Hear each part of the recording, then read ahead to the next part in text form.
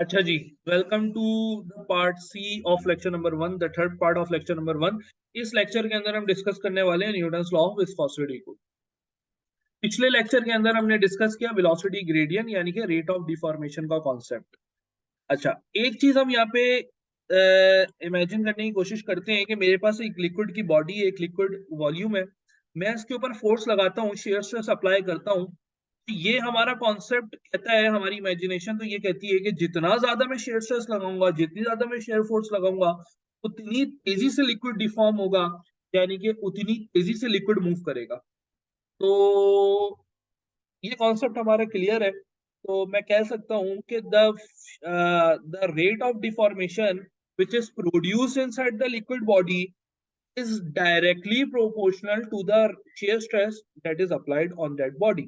यानी कि अगर आप लिक्विड के ऊपर ज्यादा फोर्स लगाएंगे, ज्यादा शेयर स्ट्रेस प्रोड्यूस करवाएंगे, तो आपका रेट ऑफ डिफॉर्मेशन ज्यादा होगा। कम शेयर फोर्स लगाएंगे तो आपका रेट ऑफ डिफॉर्मेशन कम होगा, यानी कि वेलोसिटी ग्रेडियंट कम होगा अगर शेयर फोर्स कम है, और आपका वेलोसिटी ग्रेडियंट ज्यादा होगा अगर शेयर फोर्स ज्यादा है। तो मैं कह सकता हूं कि the rate of deformation is directly proportional to the shear stress, और I can also say that the shear stress that is required is directly proportional to the velocity gradient of the body।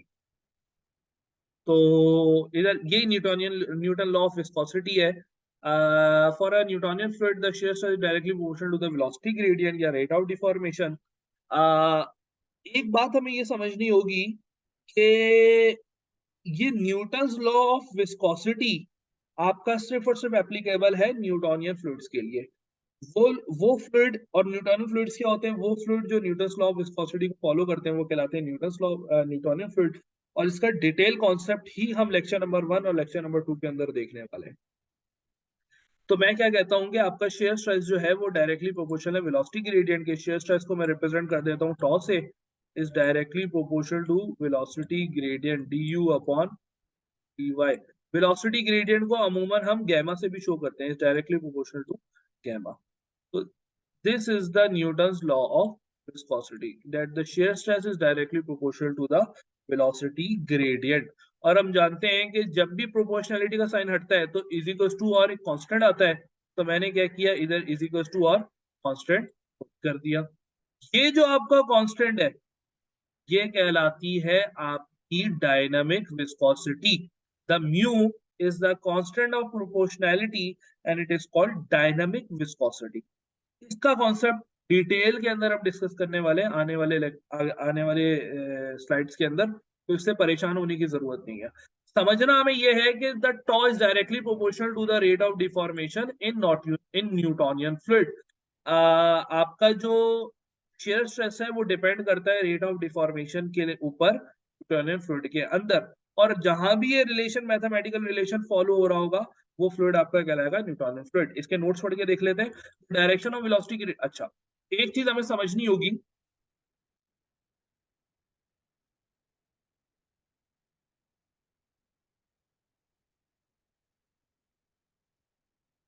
एक चीज हमें समझनी होगी और वो ये,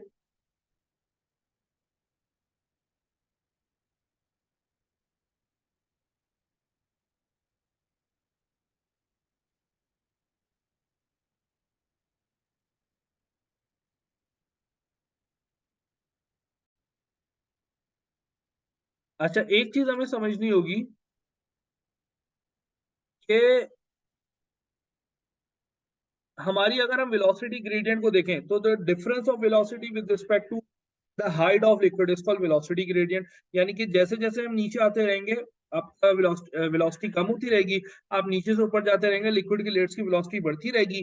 तो वेलोसिटी ग्रेडियंट की जो डायरेक्शन होगी, यानी कि द डिफरेंस ऑफ वेलोसिटी, ये जो वेलोसिटी ग्रेडियंट की डायरेक्शन होगी ये आपके फ्लूइड के फ्लो के परपेंडिकुलर होगी। यानी कि the velocity gradient and the shear stress that is applied on the liquid or the direction of flow of liquid is always perpendicular to each other।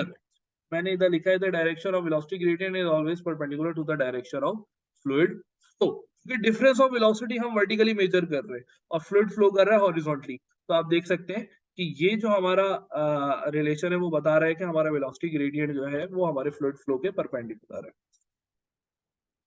The velocity gradient is equal to the angular rate of deformation, and we can simply say the rate of deformation, जिसको हम mathematically prove कर चुके हैं इस relation के अंदर, that the velocity gradient is equal to the rate of deformation or rate of angular deformation.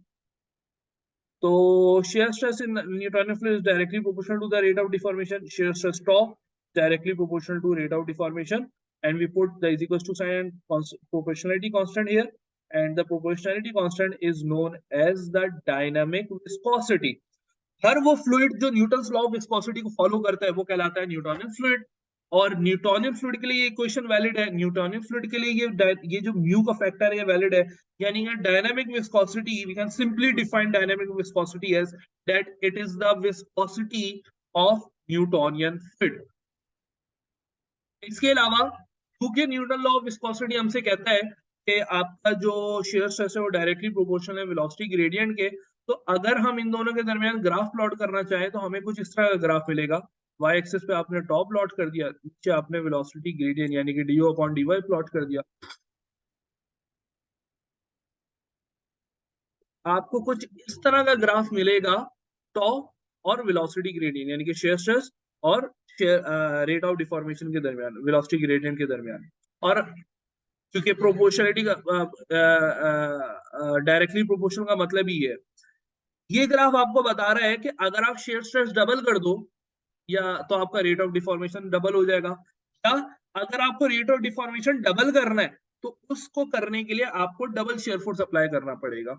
यानी कि फॉर एग्जांपल अगर किसी लिक्विड में आपने 10 सेकंड इनवर्स का rate of deformation apply produce करने के लिए शेयर स्ट्रेस अप्लाई किया है 5 आप कह लें कि पास्कल्स, तो आपको अगर रेट ऑफ डिफॉर्मेशन 20 करना है तो इसके लिए आपको शेयर स्ट्रेस यानी कि 10 से 20 डबल कर रहा है, तो शेयर स्ट्रेस भी आपको क्या करना पड़ेगा, डबल करना पड़ेगा। मतलब 5 है, 5 पास्कल है, 10 पास्कल करना पड़ेगा, 10 पास्कल करना पड़ेगा। तो ये आपको बता रहा है स्ट्रेट लाइन ग्राफ और ये मैथमेटिकल इक्वेशन, और slope of this curve will remain constant and the slope is called dynamic viscosity, क्योंकि हम जानते हैं कि अगर स्ट्रेट लाइन की बात करें, स्लोप की बात करें, अगर स्लोप की बात करें तो स्लोप बराबर होता है y अपॉन एक्स के, यानी कि डेल्टा y अपॉन एक्स के। तो y पे है आपका टॉ, x पे है आपका velocity gradient du upon dy। तो y divided by x is equal to slope, और अगर विस्कोसिटी का फॉर्मूला निकालें इस रिलेशन से तो ये du अपॉन dy, ये आपका इन्होंने रेट ऑफ डिफॉर्मेशन दिया हुआ है, लेकिन आप जानते हैं कि रेट ऑफ डिफॉर्मेशन और वेलोसिटी ग्रेडियंट आपस में बराबर है, तो आप इसकी जगह वेलोसिटी ग्रेडियंट भी पुट कर सकते हैं। जैसे क्योंकि मैं आपको कैलकुलेशन वेलोसिटी ग्रेडियंट से करवा रहा हूँ, ये वेलोसिटी ग्रेडियंट अगर यहाँ पे मल्टीप्लाई हो रहा है तो यहाँ पे आके क्या हो जाएगा, डिवाइड हो जाएगा, ये यू अपॉन ई। अगर इस इक्वेशन को इक्वेशन नंबर 1 नाम दे दें, इस इक्वेशन को इक्वेशन नंबर 2 नाम दे दें, इन दोनों इक्वेशन को आप आपस में अगर कंपेयर करें तो आपके पास स्लोप बराबर आ जाएगा विस्कोसिटी ग्रेडियंट के, यानी कि the slope of the graph of shear stress versus shear strain या रेट ऑफ डिफॉर्मेशन या velocity gradient, the slope of graph shear stress versus shear strain will give you the dynamic viscosity, and the dynamic viscosity is the property of Newtonian fluid। अच्छा जी, कुछ चीजें और हैं जो यहाँ पे डिस्कस करने की है, मैं आपके सामने दोबारा न्यूटोनियन फ्लूइड की ग्राफिकल रिप्रेजेंटेशन दे देता हूँ। आप देखते हैं कि ये ग्राफ है, सॉरी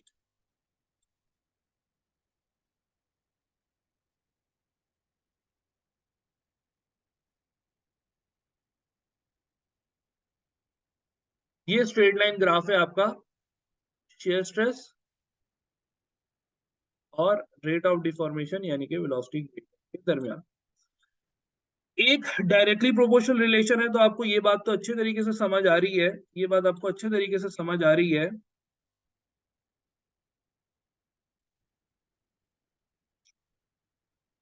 असल में ये जो आपका ग्राफ है ये प्योर स्ट्रेट लाइन होना चाहिए,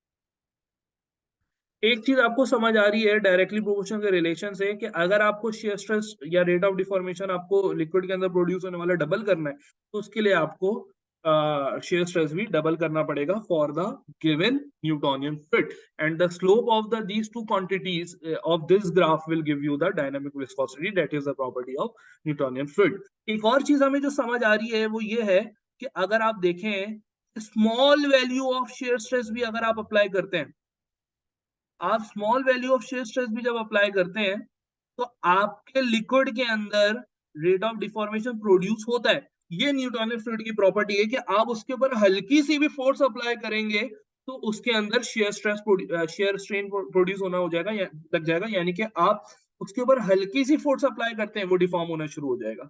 जबकि कुछ फ्लूइड्स आपके पास ऐसे भी होते हैं कि आप उसके ऊपर फोर्स लगाते हैं लेकिन वो डिफॉर्म नहीं होते फौरन, उनको एक पर्टिकुलर अमाउंट ऑफ फोर्स चाहिए ही होती है, उसके बाद जाके वो अपनी मूवमेंट स्टार्ट करते हैं, वो डिफॉर्म होना स्टार्ट करते हैं।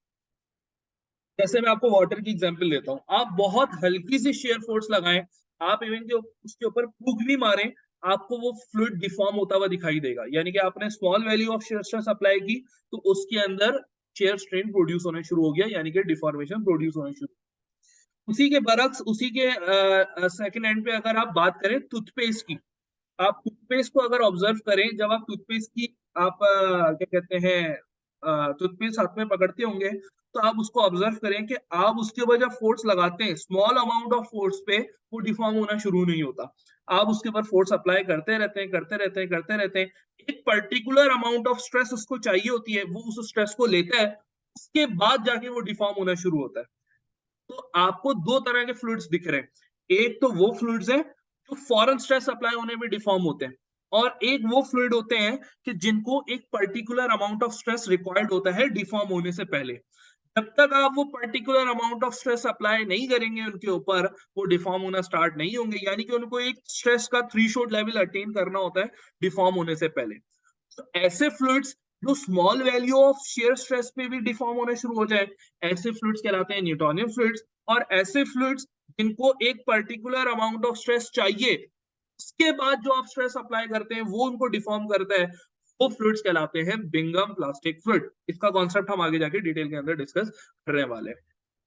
दूसरी चीज ये कि न्यूटोनियन फ्लूइड के अंदर the slope of shear stress and the slope of shear stress versus shear rate of deformation graph, it always remains constant, and the constant will represent the dynamic viscosity of the liquid। अच्छा जी, आगे बढ़ते हैं। Sorry,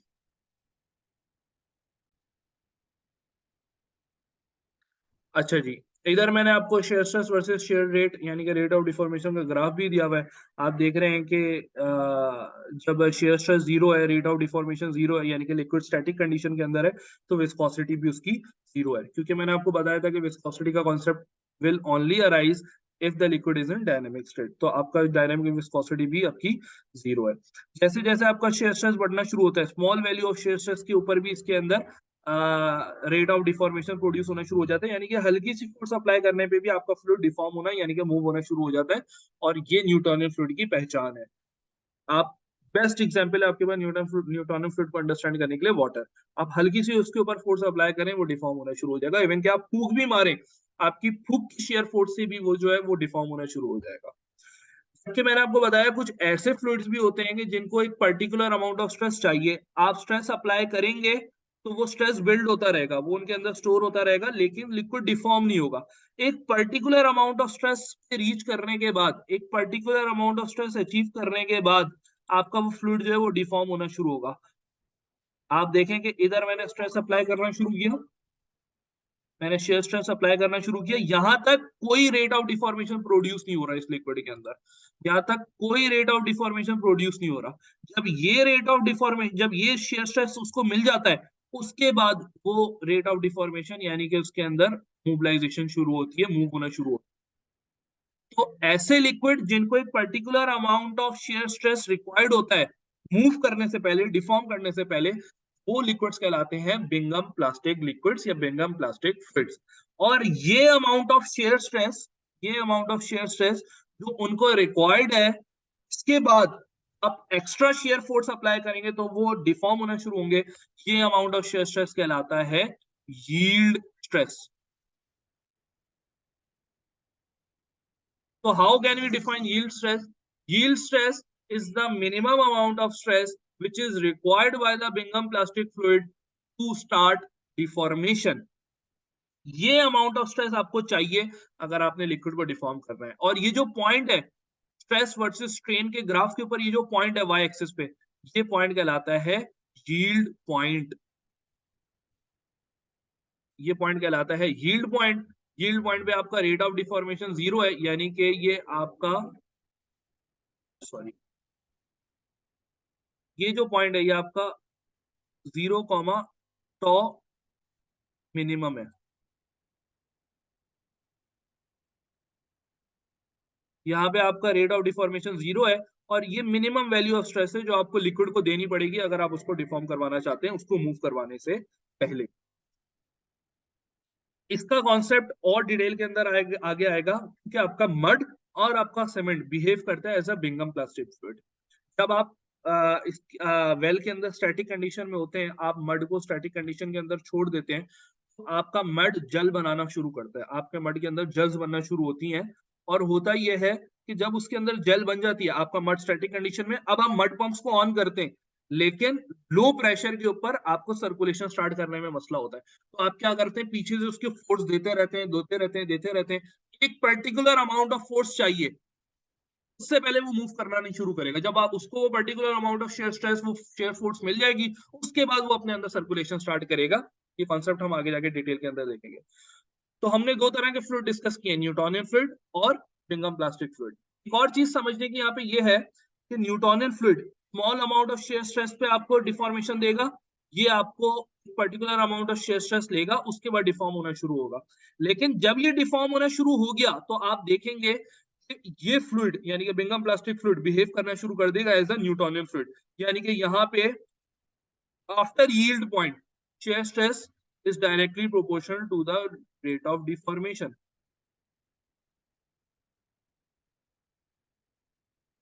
After YP.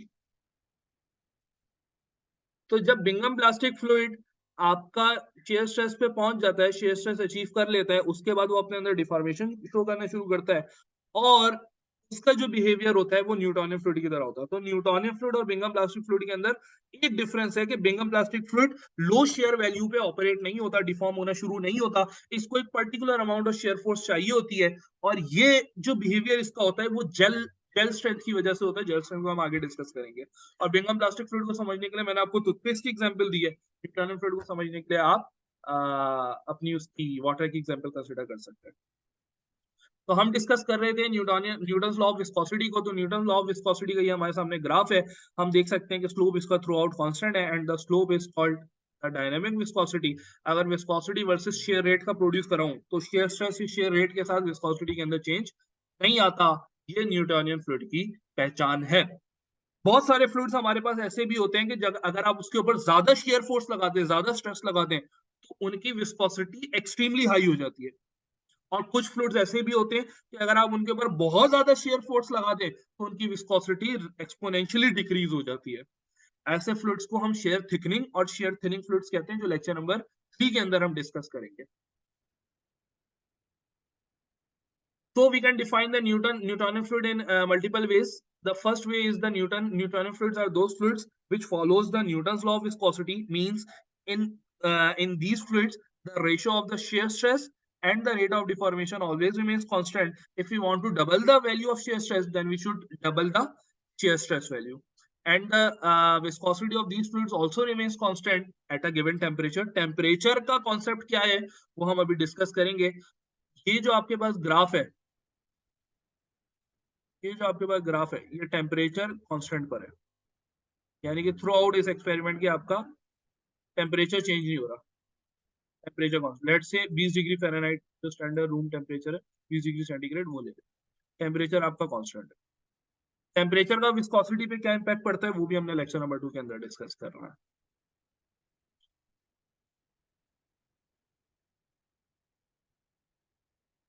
अच्छा जी, आगे बढ़ते हैं। तो there, जैसे कि मैंने आपको बताया, there are many fluids whose viscosity behaves differently at different values of shear stress. Newtonian fluid के अंदर ऐसा नहीं है। न्यूटोनियन फ्लूइड के अंदर आप कितना भी वैल्यू ऑफ शियर स्ट्रेस पे देख लें, तो यहाँ विस्कोसिटी है वही यहाँ पे विस्कोसिटी है, क्योंकि स्लोप इसका थ्रू आउट कॉन्स्टेंट है। आप इधर सिमिलर ट्रायंगल थ्योरम लगा के भी इमेजिन करके भी देख सकते हैं। तो लेकिन बहुत सारे फ्लूइड्स हमारे पास ऐसे होते हैं कि अगर आप उनके ऊपर शेयर फोर्स ज्यादा अप्लाई कर दें तो वो बहुत ज्यादा विस्कस हो जाते हैं, बहुत विस्कोसिटी उनकी बढ़ जाती है। इसके लिए मैं आपको एक वीडियो भी शेयर करूंगा। और कुछ फ्लूइड्स ऐसे होते हैं कि जिनके ऊपर अगर आप ज्यादा शेयर फोर्स लगाते हैं तो बहुत ज्यादा लेस विस्कस हो जाते हैं। और इनको हम डिस्कस करेंगे लेक्चर नंबर 3 के अंदर। जो शेयर फोर्स अप्लाई करने की वजह से थिन हो जाते हैं वो फ्लूइड्स कहलाते हैं शेयर थिनिंग फ्लूइड्स। और वो फ्लूइड जो शेयर फोर्स अप्लाई करने की वजह से थिक हो जाते हैं वो फ्लूइड्स कहलाते हैं शेयर थिकनिंग फ्लूइड्स।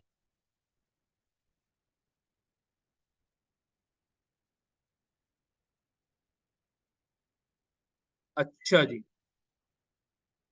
तो इसको अगर हम समराइज करें, इसको कंक्लूड करें, तो हम कह सकते हैं the viscosity of the Newtonian fluid is highly variable, the viscosity of the non Newtonian fluid is highly variable and change. इसको हम छोड़ते हैं, पॉइंट को आगे जाके डिस्कस करेंगे। और ये पॉइंट हम डिस्कस कर चुके हैं। Newtonian fluid shows equal change in stress as the change in strain. ये पॉइंट भी हम डिस्कस कर चुके हैं।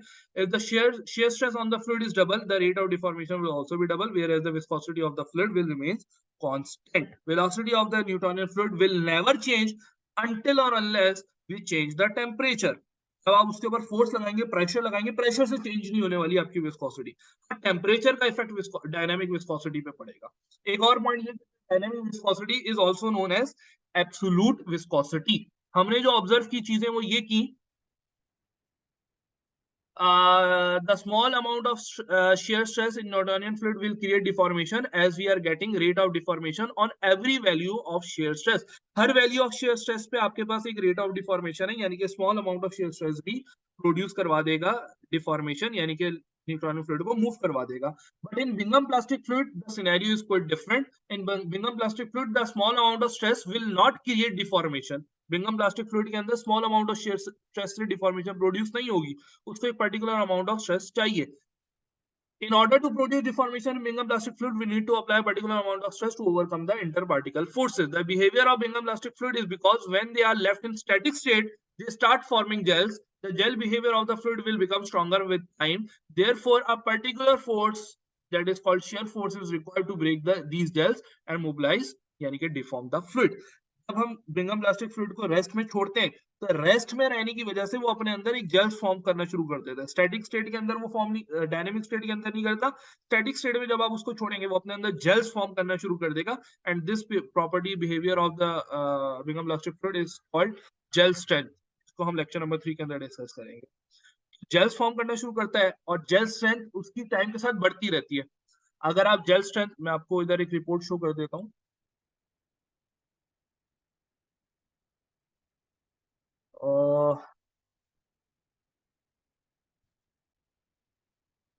मैंने आपके सामने एक मड रिपोर्ट खोली है, फील्ड की मड रिपोर्ट है और ये सारा फील्ड का डेटा है।